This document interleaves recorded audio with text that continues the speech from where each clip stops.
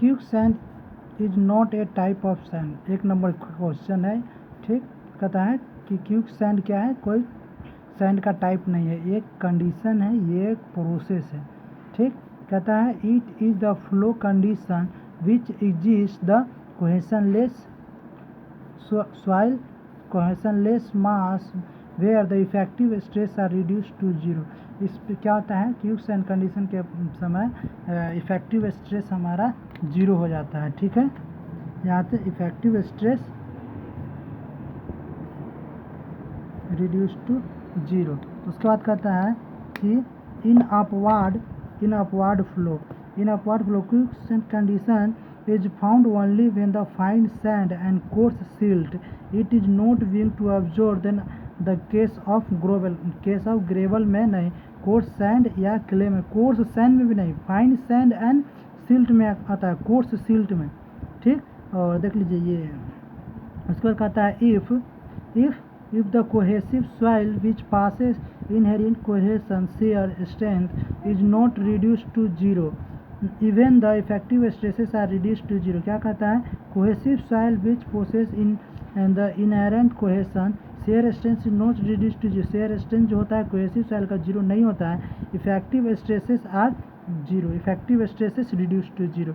फिर कहता है for the cohesive soil, तो ये एक इक्वेशन है टाउ फ्लोर जो होता है tau F equal to C dash plus normal stress normal effective stress to tan phi dash. ठीक, ये इफेक्टिव के टर्म है इसीलिए सी डैश ये क्या है, एक पैरामीटर है। फिर कहता है P S equal to gamma submerge into Z और effective normal effective stress into gamma submerge Z minus P S equal to zero. यदि इसका वैल्यू जीरो हुआ, ठीक, तो ये जीरो हुआ, फिर तो जीरो तो नहीं ना हुआ, शेयर स्ट्रेस तो जीरो नहीं हुआ क्योंकि सी कुछ स्ट्रेस लेकर बैठा है। ठीक, कहता है quick sand condition is not observe in the gravel coarse sand which are the highly permeable. ठीक, उसमें कहता है Darcy law a large discharge is required to generate the critical hydraulic gradient. The large क्या बोलता है, large discharge required to generate the critical hydraulic gradient. उसके बाद Q is equal to के आई। ठीक, यहाँ से आई का वैल्यू पता चल गया। उसके बाद हमारा जो है ये पॉइंट क्या कहता है, quick sand condition is generally observe when the exploration is required below the water ground water table and water is pumped out to keep the excavated area free from it, या the observed when sand is under the sufficient pressure and the overlain by the clay layer। उसके बाद देखते हैं। ठीक, यह है ground water table, ये exploration पिट, यहाँ से मिट्टी कुछ निकाला गया है, क्ले है, और यहाँ सैंड है, देखिए ये। ठीक, उसके बाद हमारा क्या है, एक क्वेश्चन आता है, कहता है determine the pressure head elevation head, pressure निकालना है, एलिवेशन हेड निकालना है, टोटल हेड निकालना है एट द इंटरिंग एंड और exit end and point P of the sample and what are the discharge मतलब superficial and seepage, superficial discharge जो average discharge था, और सीपेज डिस्चार्ज। ठीक, डिस्चार्ज ऑफ फ्लो। ठीक, ये फिगर दिया हुआ है क्वेश्चन में, उसको बनाना है, और एलिवेशन हेड वगैरह सब निकालना है, pressure head, elevation head, point A, point B, point C, point D. अब पॉइंट ए पे बताइए प्रेशर हेड क्या होगा, पॉइंट ए पर अगर पूछा जाए प्रेशर हेड क्या होगा, यहाँ सॉल्यूशन शुरू है।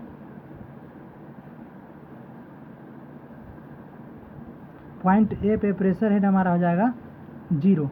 ठीक, पॉइंट ए पे, क्योंकि यहाँ पे ऊपर में वाटर टेबल नहीं है। ठीक, और वाटर टेबल ये इसी टाइप पे है, और प्रेशर हेड हो गया। डॉटम हेड कितना हो जाएगा, यहाँ से अब हाइट जोड़ लीजिए कितना है, यहाँ से हमारा हाइट हो जाएगा 3 मीटर 4 6 3 9, तो कितना हो जाएगा प्रेशर हेड डॉटम हेड 9 हो जाएगा, तो कुल मिला कितना हो जाएगा, टोटल हेड हो गया 9।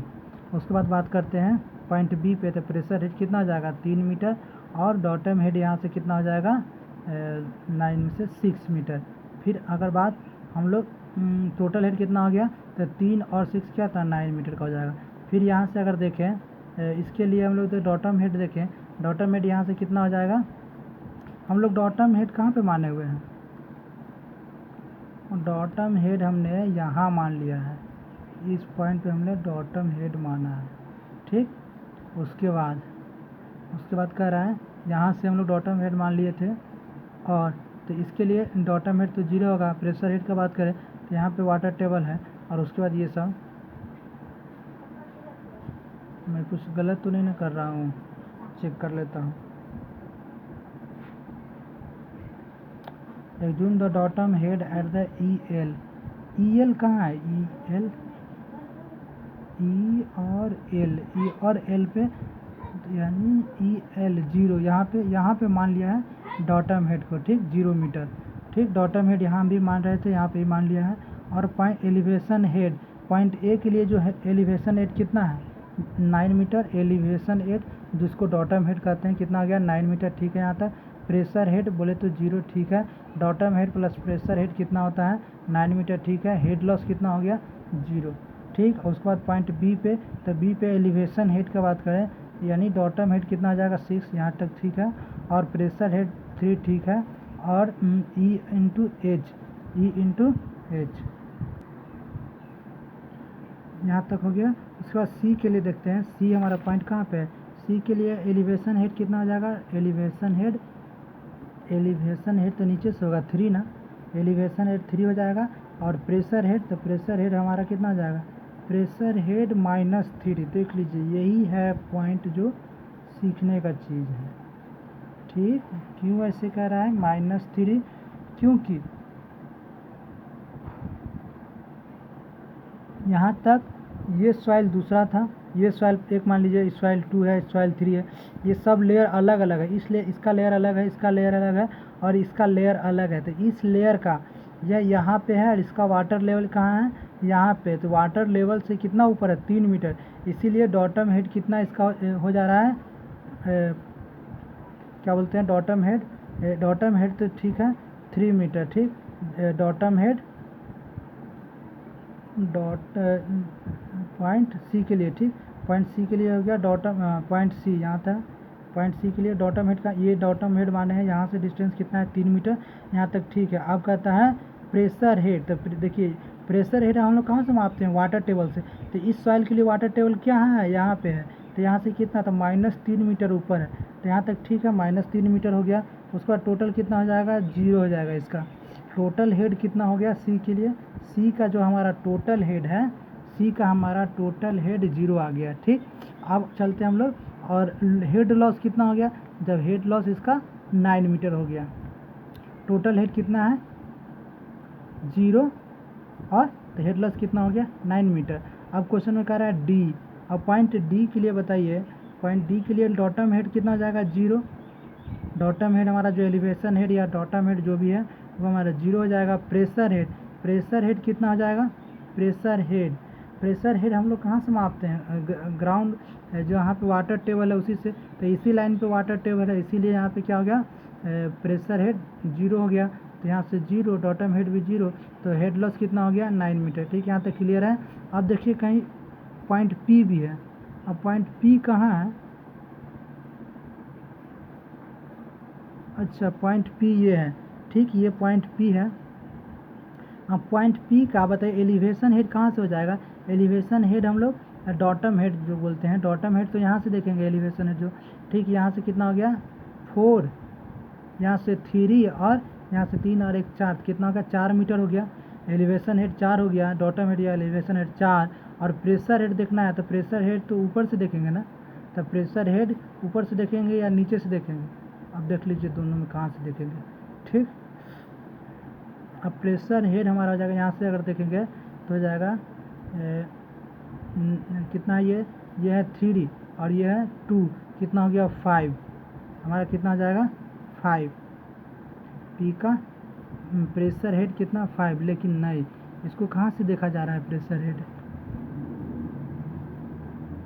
प्रेशर हेड हमारा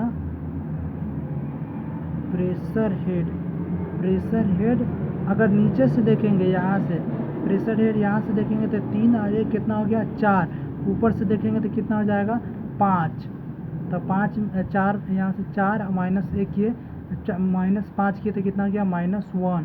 अब देखिए इसमें बहुत ही कन्फ्यूजन वर्ड डाल दिया है, -1 बोल रहा है, प्रेशर हेड -1 होगा।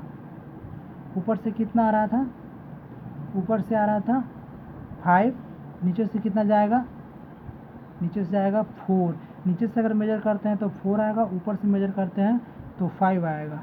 अब बताइए 5 और 4 का हिसाब है और इसमें प्रेशर हेड बोल रहा है कि 1 होगा, तो 4 में से क्या कर दिए माइनस कर दिए कितना को 5 को, तो -1 आ गया। ठीक, -1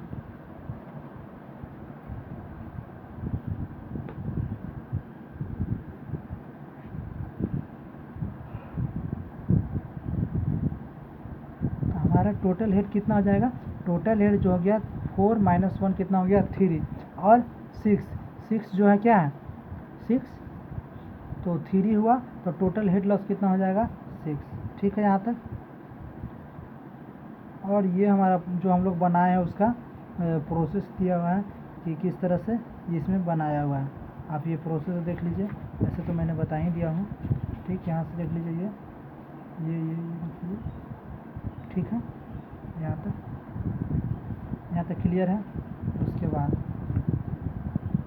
क्वेश्चन में और कुछ पूछ रहा है क्या, क्वेश्चन में हाँ प्रेशर हेड ये सब होने के बाद क्या पूछ रहा था, कह रहा है कि डिस्चार्ज निकालना है और सीपेज वेलोसिटी निकालना, डिस्चार्ज वेलोसिटी और सीपेज वेलोसिटी। डिस्चार्ज वेलोसिटी और सीपेज वेलोसिटी कैसे निकालेंगे हम लोग, discharge velocity and seepage velocity. तो डिस्चार्ज वेलोसिटी बराबर क्या होता है Q = KIA डार्सी लॉ से, और जब ठीक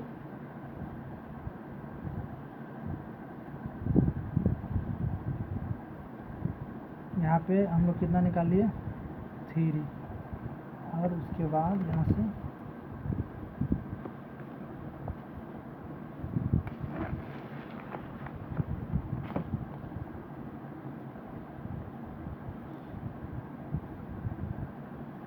क्या था, the pressure head compare to the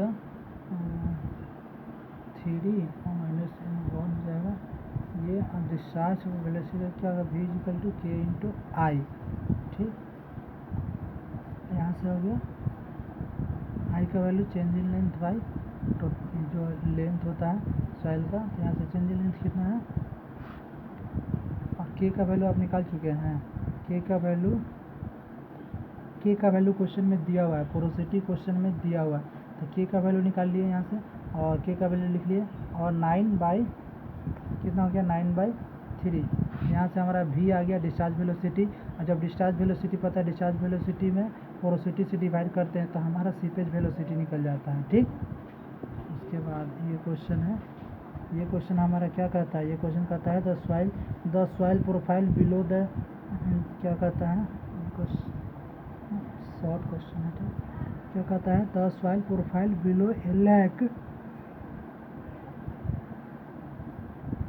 with water level at the elevation equal to 0 meter and take the bottom and the elevation 10 meter is shown in the figure.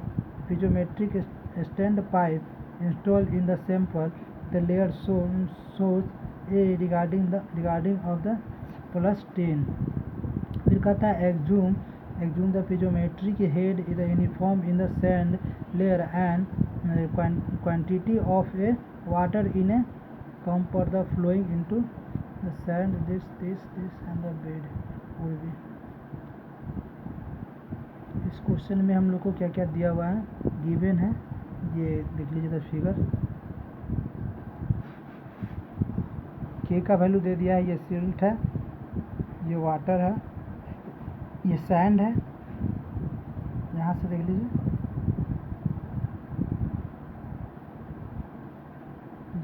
ये पिजोमेट्रिक head है, +10 तक जा रहा है, 0 से इधर माइनस में जा रहा है। ठीक, पिजोमेट्रिक क्या आता है, प्रेशर हेड बताता है ना, प्रेशर हेड यानी यहाँ प्रेशर हेड इतना है, यहाँ इतना है, यहाँ इतना है।